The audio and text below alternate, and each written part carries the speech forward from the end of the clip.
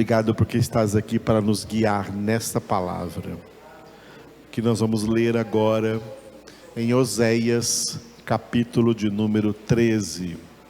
Então, o livro do profeta Oséias, capítulo 13, aleluia. Leiamos juntos em oração na presença do nosso Deus.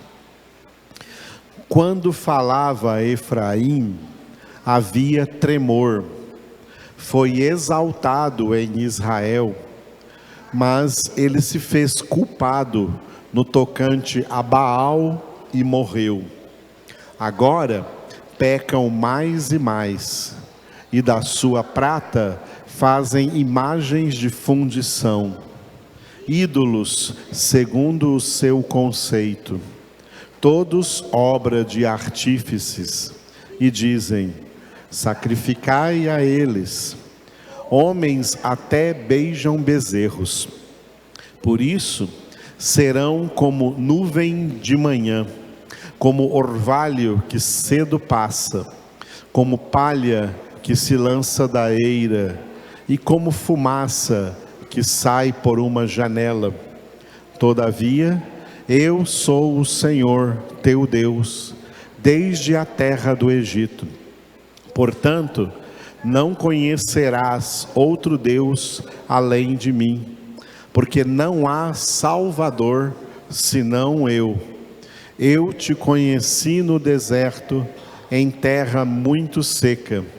Quando tinham pasto, eles se fartaram, e uma vez fartos, ensoberbeceu-lhes o coração, por isso se esqueceram de mim. Sou, pois, para eles como leão, como leopardo, espreito no caminho. Como ursa roubada de seus filhos, eu os atacarei e lhes romperei a envoltura do coração. E como leão, ali os devorarei. As feras do campo os despedaçarão. A tua ruína, ó Israel, vem de ti, e só de mim o teu socorro. Onde está agora o teu rei, para que te salve em todas as tuas cidades? E os teus juízes, dos quais disseste: dá-me rei e príncipes? Dei-te um rei na minha ira, e tu tirei no meu furor. As iniquidades de Efraim estão atadas juntas, o seu pecado está armazenado. Dores de parturiente lhe virão. Ele é filho insensato, porque é tempo, e não sai à luz ao abrir-se da madre. Eu os remirei do poder do inferno, e os resgatarei da morte. Onde estão, ó morte, as tuas pragas? Onde está, ó inferno, a tua destruição? Meus olhos não veem em mim arrependimento algum. Ainda que ele viceja entre os irmãos, virá o vento leste, vento do Senhor, subindo do deserto, e secará a sua nascente, e estancará a sua fonte. Ele saqueará o tesouro de todas as coisas preciosas. Samaria levará sobre si a sua culpa, porque se rebelou contra o seu Deus. Cairá a espada, seus filhos serão despedaçados, e as suas mulheres grávidas serão abertas pelo meio.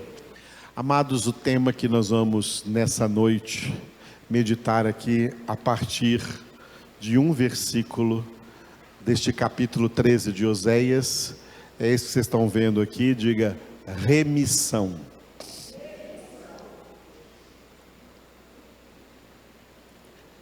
O Espírito Santo de Deus vai nos guiar nesse fim de semana a uma pregação só. Uma pregação dividida em três temas que um dá continuidade ao outro. O primeiro tema é esse aqui: remissão. O segundo tema vai ser no versículo do Salmo de 119, amanhã de manhã, na nossa ceia da manhã. Amanhã de manhã é ceia, e será a santificação.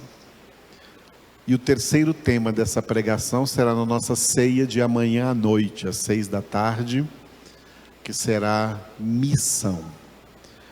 Então repita depois de mim: remissão, santificação, missão.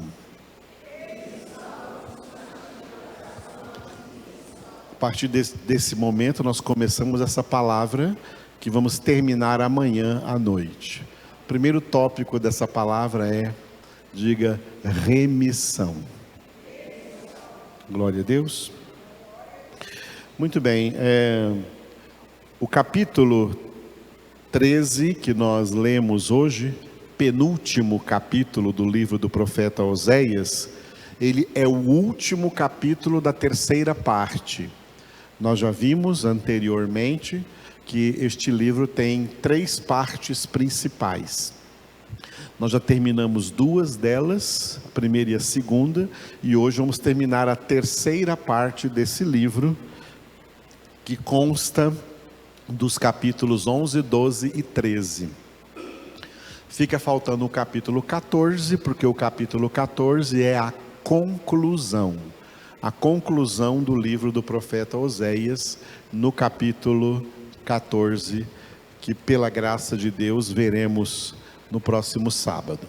Hoje, encerrando a terceira parte, Oséias, do capítulo 11 ao capítulo 13, o título dessa terceira parte é, diga, Afastados de Deus.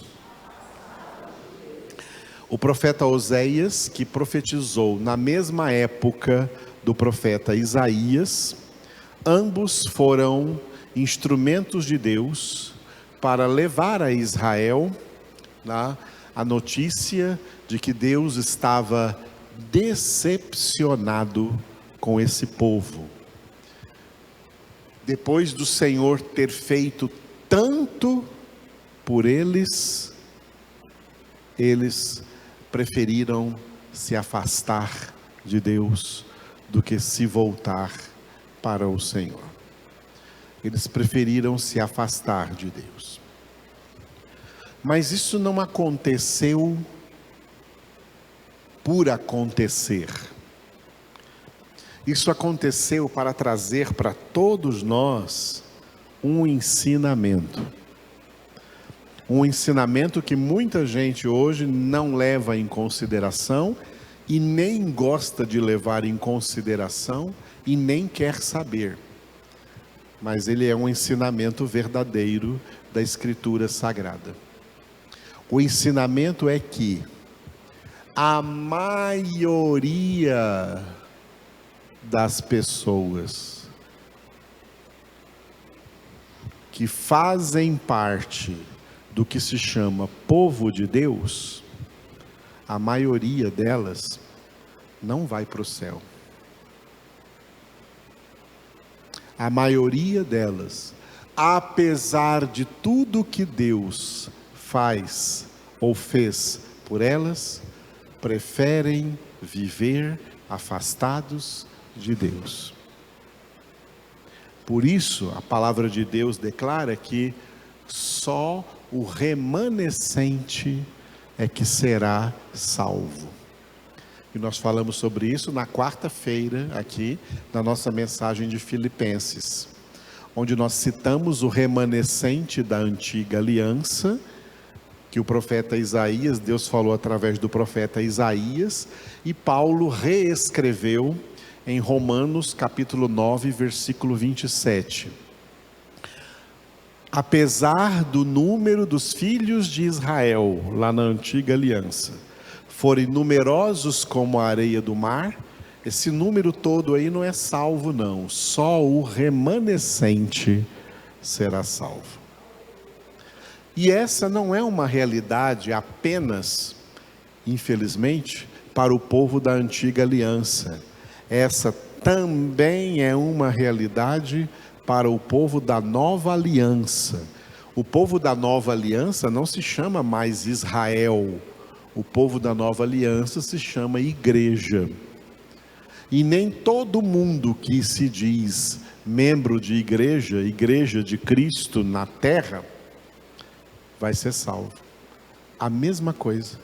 A maioria dos crentes, a maioria dos assim chamados ou que se autodenominam evangélicos, não vão para o céu, porque apesar de tudo que Deus fez por eles, eles preferem viver afastados de Deus.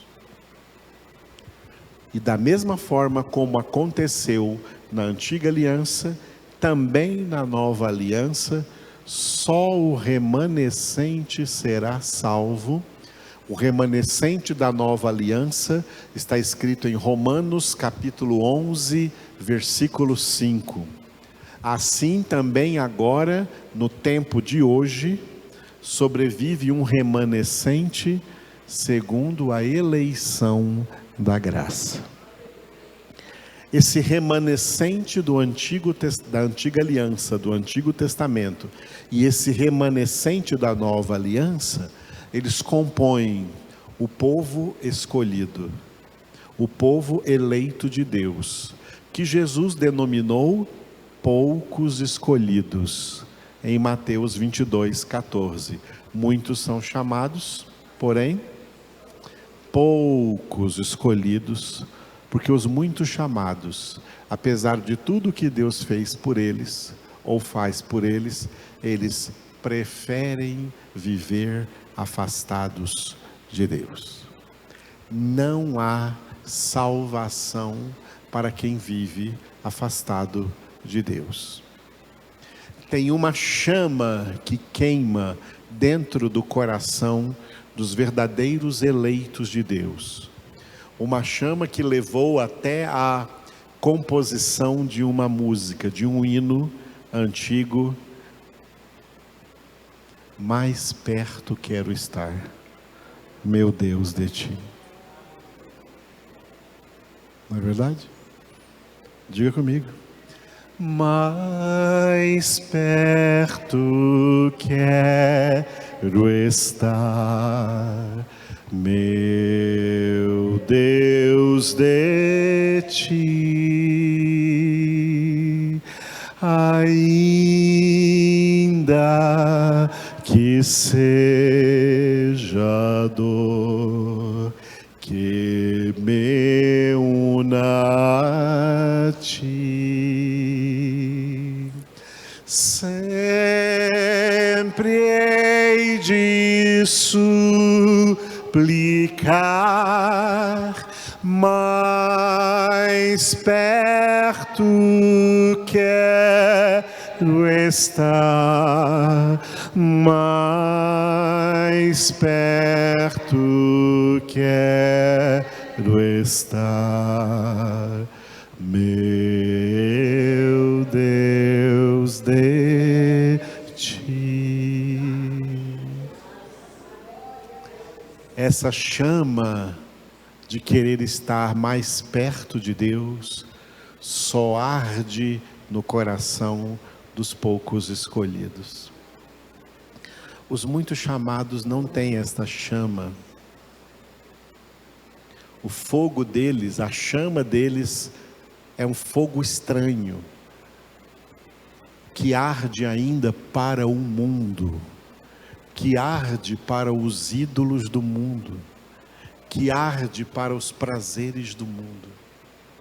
E por mais que Deus tenha feito grandes coisas neles, eles não se aproximam de Deus, eles preferem viver afastados de Deus. Essa foi a realidade do povo de Deus da antiga aliança, e essa é a realidade do povo de Deus na nova aliança. Essa é a realidade até o fim dos séculos. Só poucos. Sabe por que poucos? Porque a porta é estreita. Porque o caminho é apertado. E Jesus disse que são poucos os que acertam com essa porta.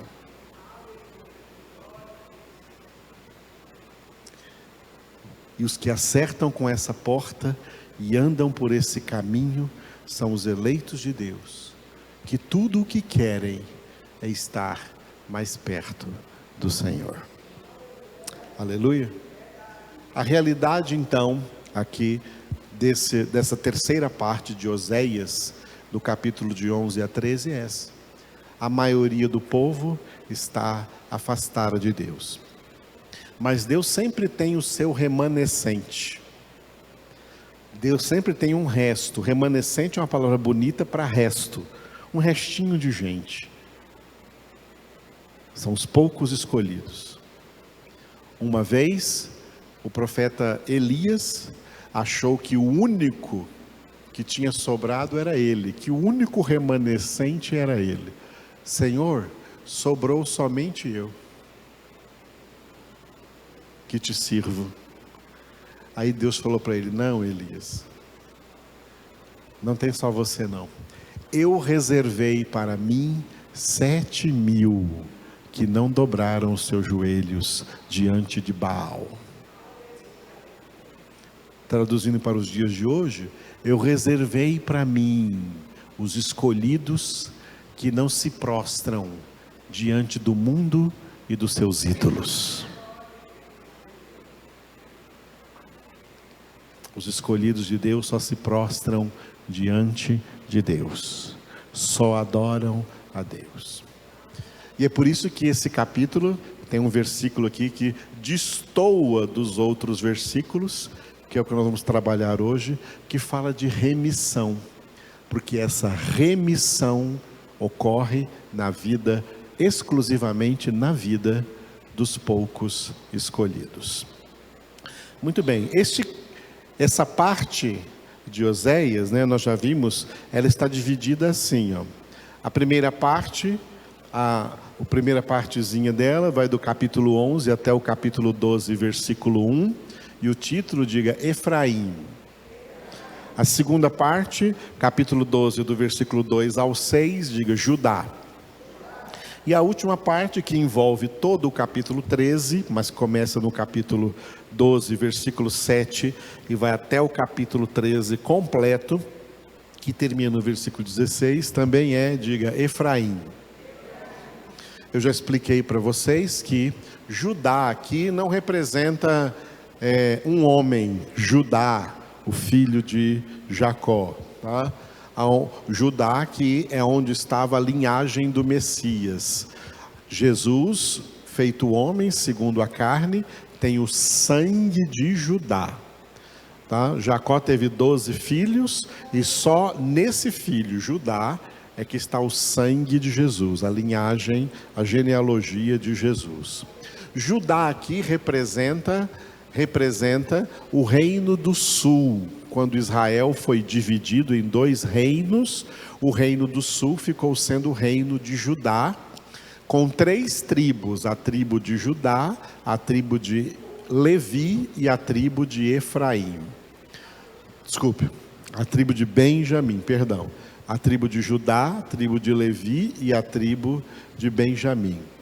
E o reino do norte, com 10 tribos, Israel não tinha 12 tribos, 13 tribos, porque a tribo de José se dividiu ou se multiplicou em duas tribos, com o nome dos 2 filhos de José, Efraim e Manassés. As 10 tribos do norte compuseram o reino do norte, que manteve o nome de Israel e que foi completamente destruído pelo cativeiro assírico. Por que a tribo do norte, as tribos do norte, receberam o nome da tribo de Efraim? Efraim, o primeiro versículo que nós lemos aí na sua Bíblia, no capítulo 13, explica por quê. Quando falava Efraim, havia tremor, foi exaltado em Israel. Efraim se tornou um ícone de todas as 10 tribos do norte. Por isso o reino do norte é chamado muitas vezes aqui no contexto do Antigo Testamento de Efraim. Mas ele se fez culpado no tocante a Baal e morreu. Olha aqui, né, como a maioria se afasta de Deus. 10 tribos do norte se afastaram de Deus, né? E tem uma palavra importante que nós não vamos trabalhar com ela hoje, mas ela é tão importante que eu preciso ler ela com vocês. Olha na sua Bíblia aí, o versículo 9, e toma isso para você, hein? A tua ruína, ó Israel, vem de ti, e só de mim o teu socorro. Leia comigo. A tua ruína, ó Israel, vem de ti, e só de mim o teu socorro. Vamos ler de novo, só que onde está escrito Israel, você vai dizer o seu nome. E entenda isso bem claro, tenha tremor e temor diante de Deus. Leia o seu nome no lugar de Israel. Prontos? 1, 2, 3 e... A tua ruína, ó Edivaldo, vem de ti, e só de mim o teu socorro. Cuidado, porque se existe um elemento que pode te derrubar da graça, é você mesmo. Não é mais ninguém, nem o diabo, nem nenhum demônio, é você mesmo. Você mesmo, se não se santificar, você mesmo é responsável pela sua própria ruína espiritual. E você não vai poder culpar ninguém, além de si mesmo. A sua ruína vem de ti. E só de mim, diz o Senhor, só de mim é que vem o teu socorro. Então, só o Senhor pode nos socorrer nesse processo difícil da nossa santificação, sem a qual ninguém verá o Senhor. Então esse versículo 9 aí também é de suma importância, ok? Mas o versículo que Deus nos deu para hoje, com o tema de remissão, foi o versículo 14. Deus disse assim, e essa fala de Deus aqui, não é para todo mundo de Israel, e nem para todos os crentes. Essa fala aqui é exclusiva para o remanescente, exclusiva para os eleitos de Deus. Deus diz a eles: eu os remirei do poder do inferno e os resgatarei da morte. Onde estão, ó morte, as tuas pragas? Onde está, ó inferno, a tua destruição? Meus olhos não veem em mim arrependimento algum. Repitam vocês.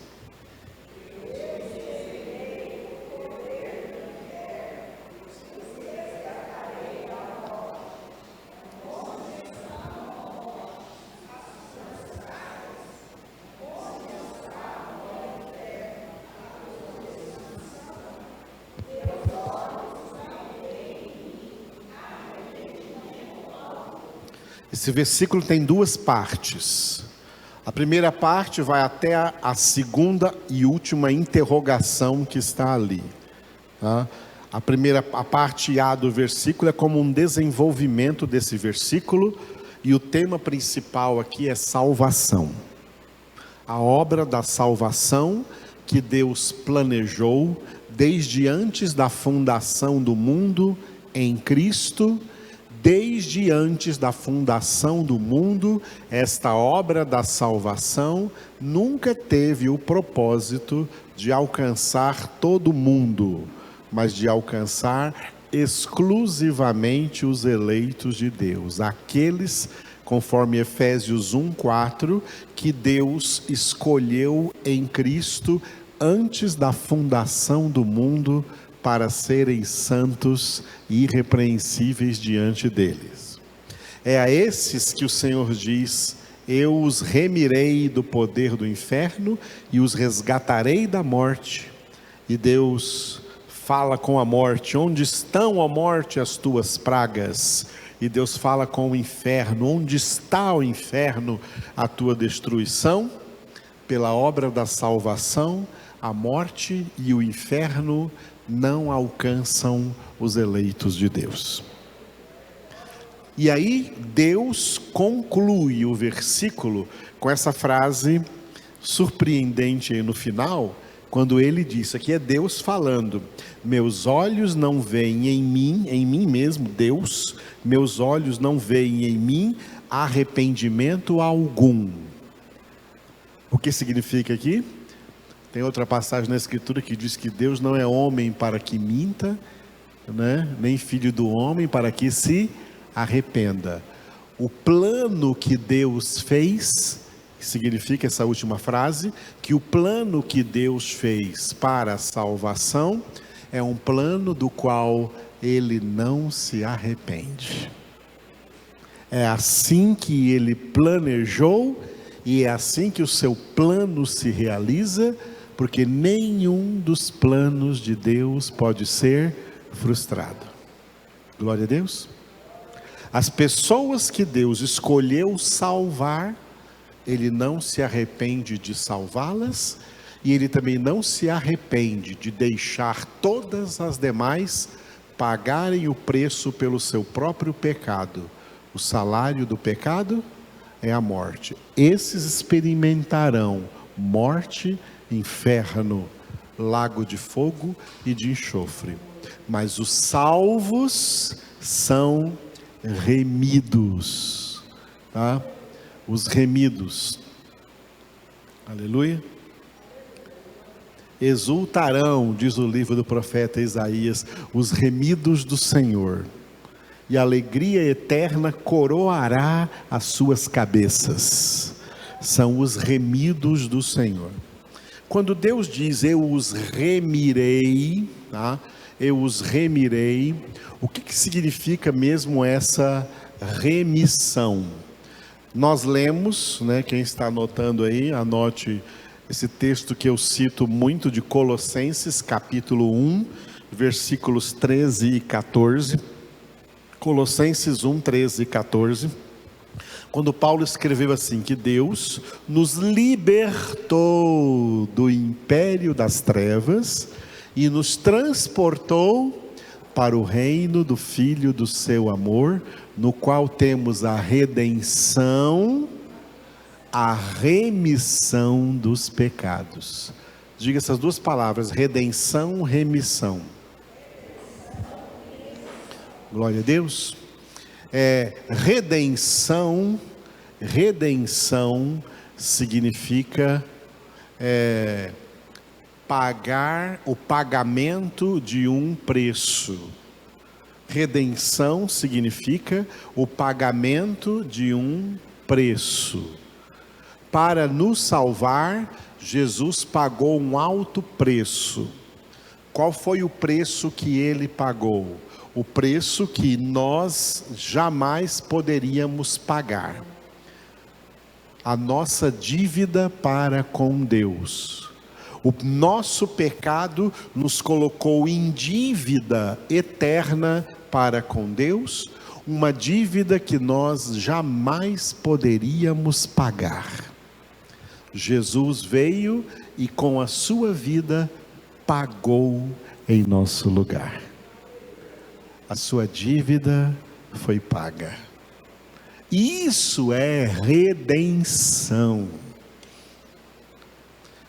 O povo fica chamando aquela imagem de Cristo lá no Rio de Janeiro de Cristo Redentor, e não tem ideia do que é redenção. Redenção, tá? É a paga, é um preço que foi pago, tá? Foi pago um preço. E uma vez pago o preço, redenção é causa, remissão é efeito. Remissão é remover a culpa, remover a dívida. Removida da nossa vida a dívida. Uma vez que Jesus nos comprou, tá? Foi por causa do sacrifício de Jesus, por causa do alto preço que Ele pagou por nós, pela nossa redenção, Deus removeu de nós a responsabilidade de ter que pagar. Removeu de cima dos nossos ombros a responsabilidade, o peso de ter que pagar. Fomos remidos. Aleluia. Fomos remidos do salário do pecado.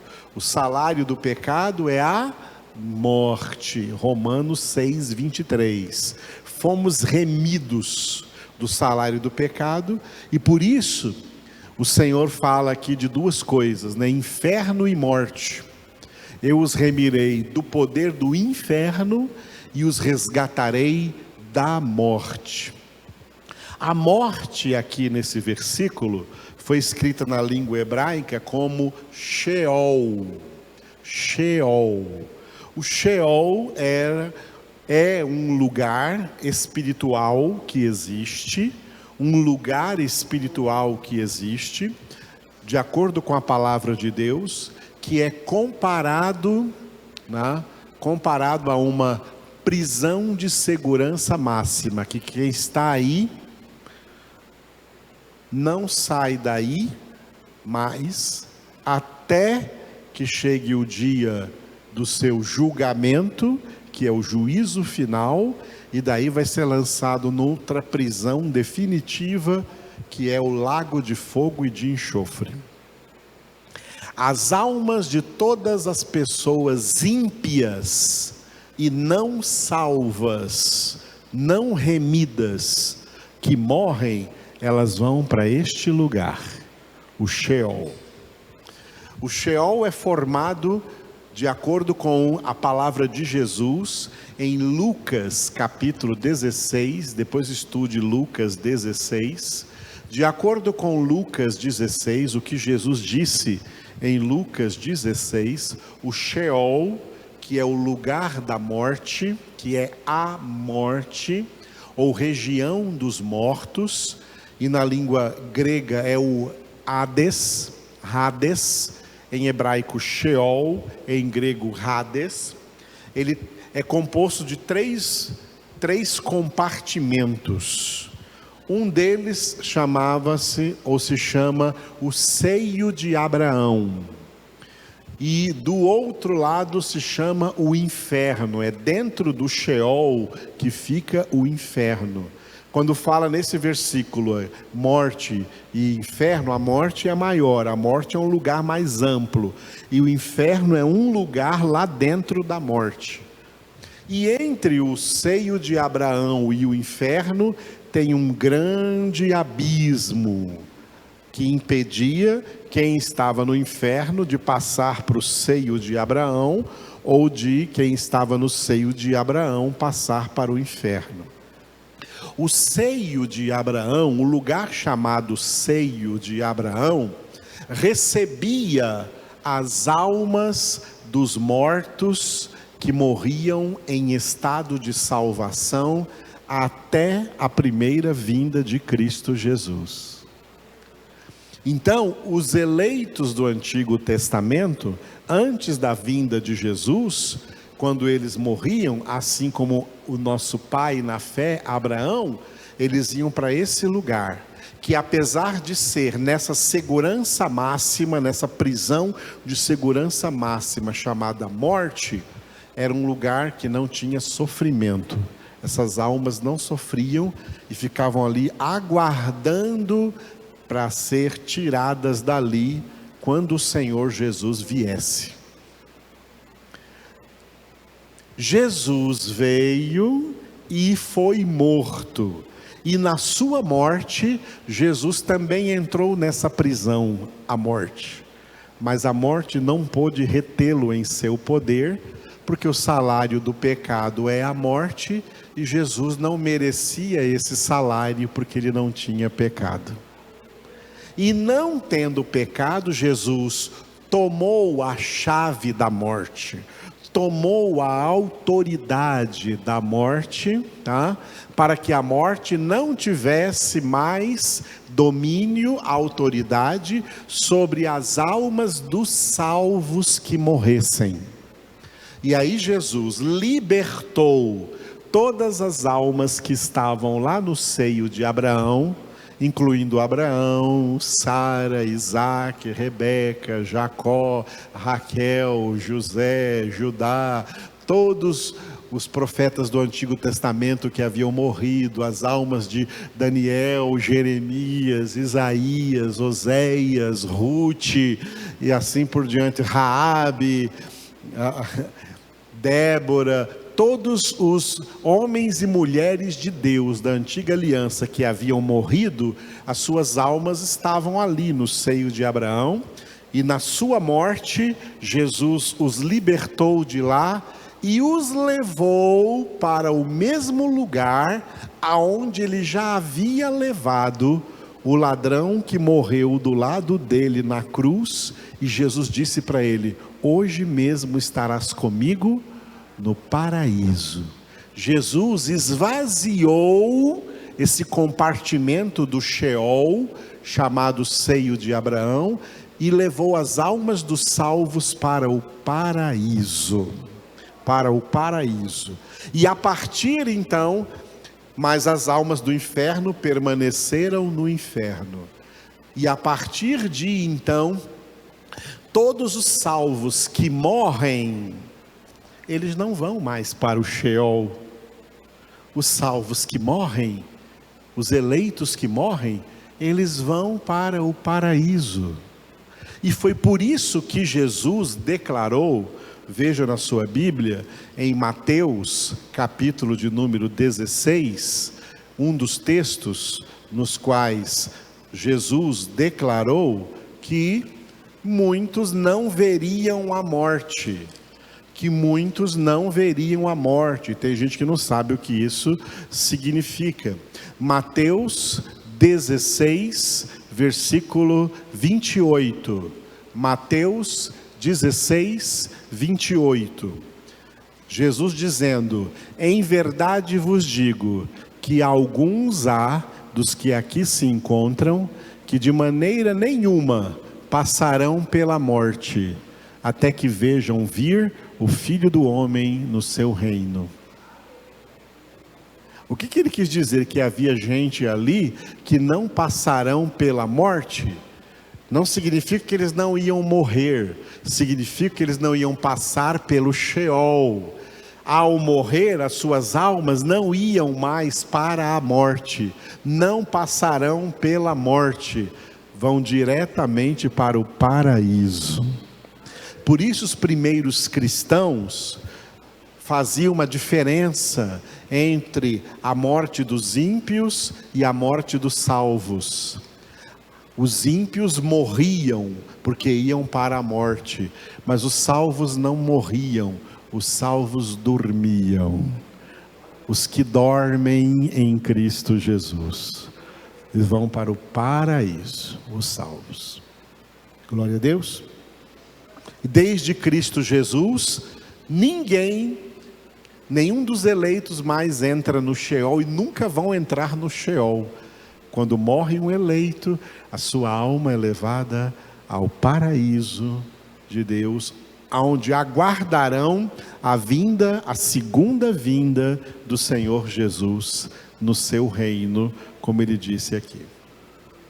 Por isso que Jesus fala com o inferno e a morte desse jeito aí, fazendo essas perguntas, onde estão, ó morte, as tuas pragas? Onde está o inferno, a tua destruição?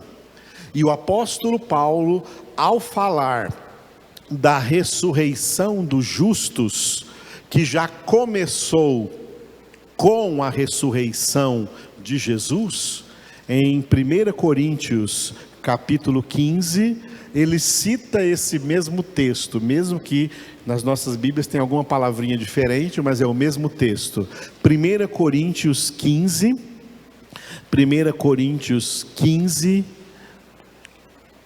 versículos 55. Aqui nem fala do inferno, só fala morte. 1 Coríntios 15, 55. Onde está, ó morte, a tua vitória? Onde está, ó morte, o teu aguilhão? Repitam.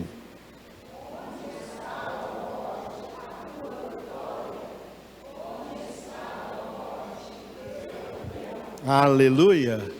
A morte foi derrotada pela vida de Cristo Jesus, para que em nós, onde abundou o pecado, superabunde a graça de Deus, e pela graça de Deus, nossas almas não entrarão na prisão de segurança máxima chamada morte. Ao nos despedirmos dessa terra, nossas almas serão levadas pelo Senhor para o paraíso. Aleluia! Serão levadas pelo Senhor para o paraíso.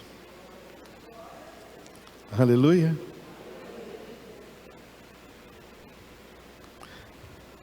Por isso está escrito: eu os remirei.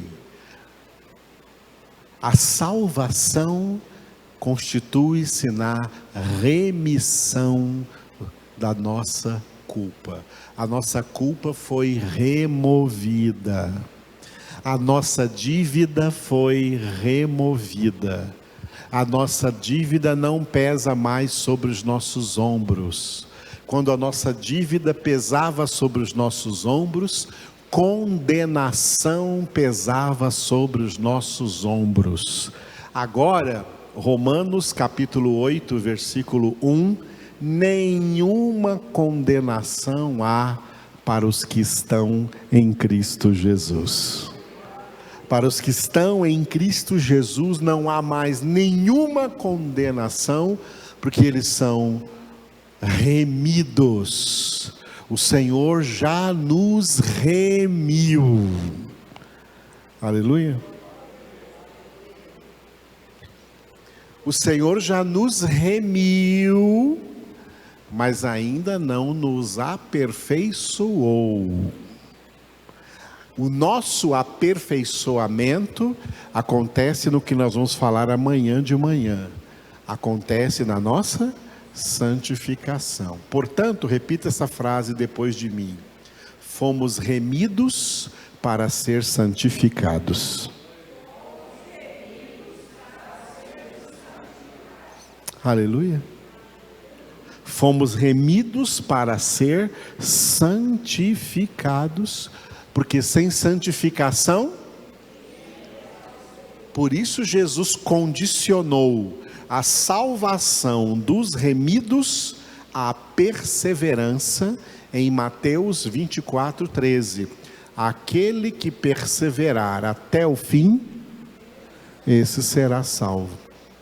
Aquele que perseverar até o fim em quê? Ora, aquele que perseverar até o fim na sua santificação. Aquele que percorrer essa carreira de santificação que lhe está proposta, Romanos 12, 1 e 2, olhando firmemente para Jesus, o autor e consumador da nossa fé, porque Ele é o nosso Redentor, e por meio da redenção que Ele operou, Deus nos remiu. Somos remidos do Senhor. Isso não é maravilhoso? Isso não é maravilhoso? Isso não é maravilhoso?